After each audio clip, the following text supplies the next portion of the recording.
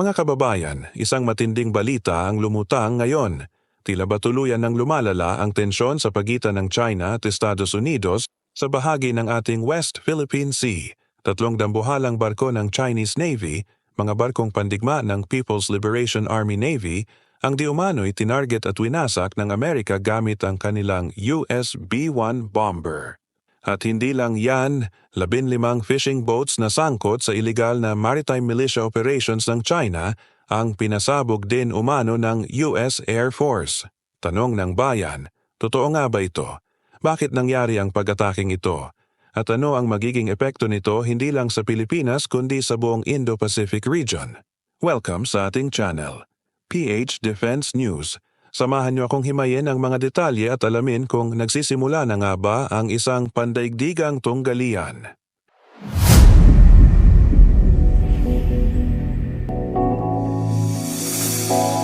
Iligal na pananatili ng Chinese Navy vessels sa ating karagatan. Alam naman nating lahat hindi bago ang presensya ng mga barko ng China sa loob mismo ng Exclusive Economic Zone, EEZ, ng Pilipinas. Ilang beses na silang itinaboy ng ating Philippine Coast Guard at Philippine Navy, pero tila ba walang pakialam ang China? Sa kabila ng 2016 arbitral ruling na nagsasabing ang West Philippine Sea ay nasa ilalim ng karapatan ng Pilipinas, pilit pa rin nilang inaangkin ang ating mga teritoryo. Mas matindi pa, mga kababayan, dahil sa patuloy nilang pagsuway sa international law, tila hindi na nakapagpigil ang Amerika.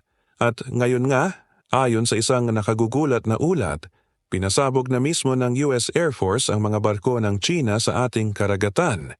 Nagsimula na ang sagupaan, US B-1 bomber, nagpaulan ng mga raketa sa West Philippine Sea.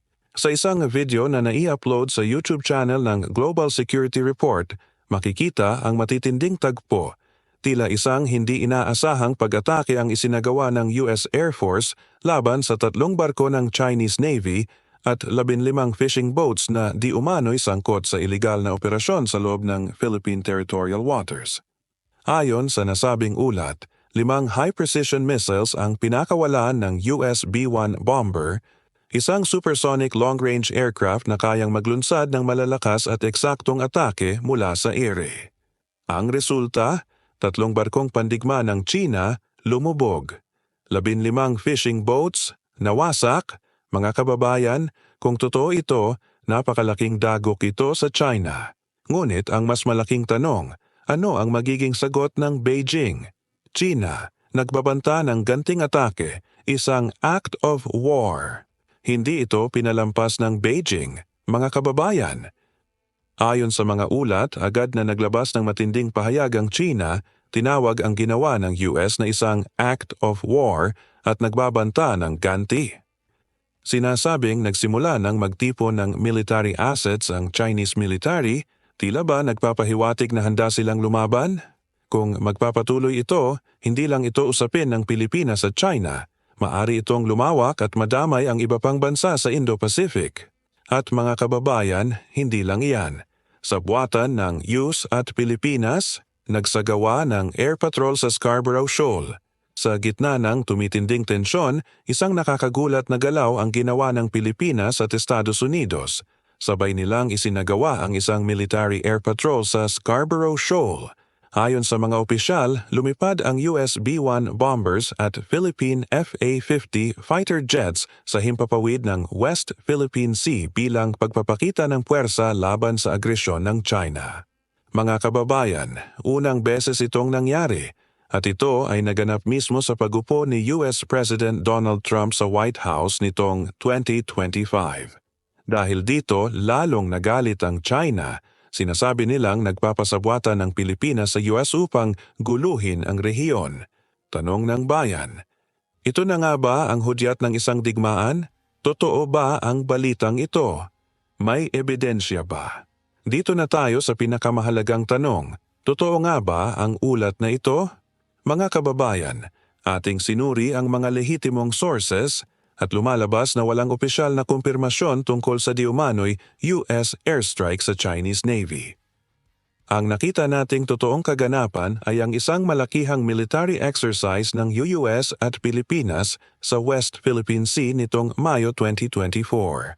Sa balikatan exercises, gumamit ng high-precision rockets, artillery fire at airstrikes ang dalawang bansa upang sanayin ang kanilang depensa laban sa isang hypothetical enemy ship na maraming naniniwala ay hango sa Chinese warships. Mismong si President Bongbong Marcos Jr. at ilang military officials mula sa iba't ibang bansa ang naging saksi sa malawakang pagsasanay na ito. Ibig sabihin, mga kababayan, walang aktwal na sagupaan ang naganap, pero ang military drills na ito ay malinaw na nagpapakita ng pagpapalakas ng depensa ng US-PH Alliance laban sa anumang banta. Mga kababayan, ano ang kahulugan nito? Bagamat walang aktwal na engkwentro, hindi natin maikakaila na papainit na nang papainit ang tensyon sa West Philippine Sea. Sa bawat kilos ng China, handa nang sumagot ang US at Pilipinas at kung hindi ito maaawat, maaring lumala ito sa isang tunay na labanan. Ang tanong, hahantong ba tayo sa isang giyera? O may pag-asa pang maayos ito sa diplomasya? Mga kababayan, ito ang katotohanan. Hindi natin alam kung ano ang susunod na mangyayari, pero isang bagay ang sigurado.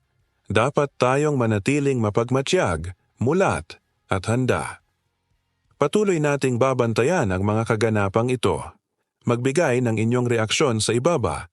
Dapat ba tayong tumindig laban sa China o may ibang paraan para ipagtanggol ang ating teritoryo?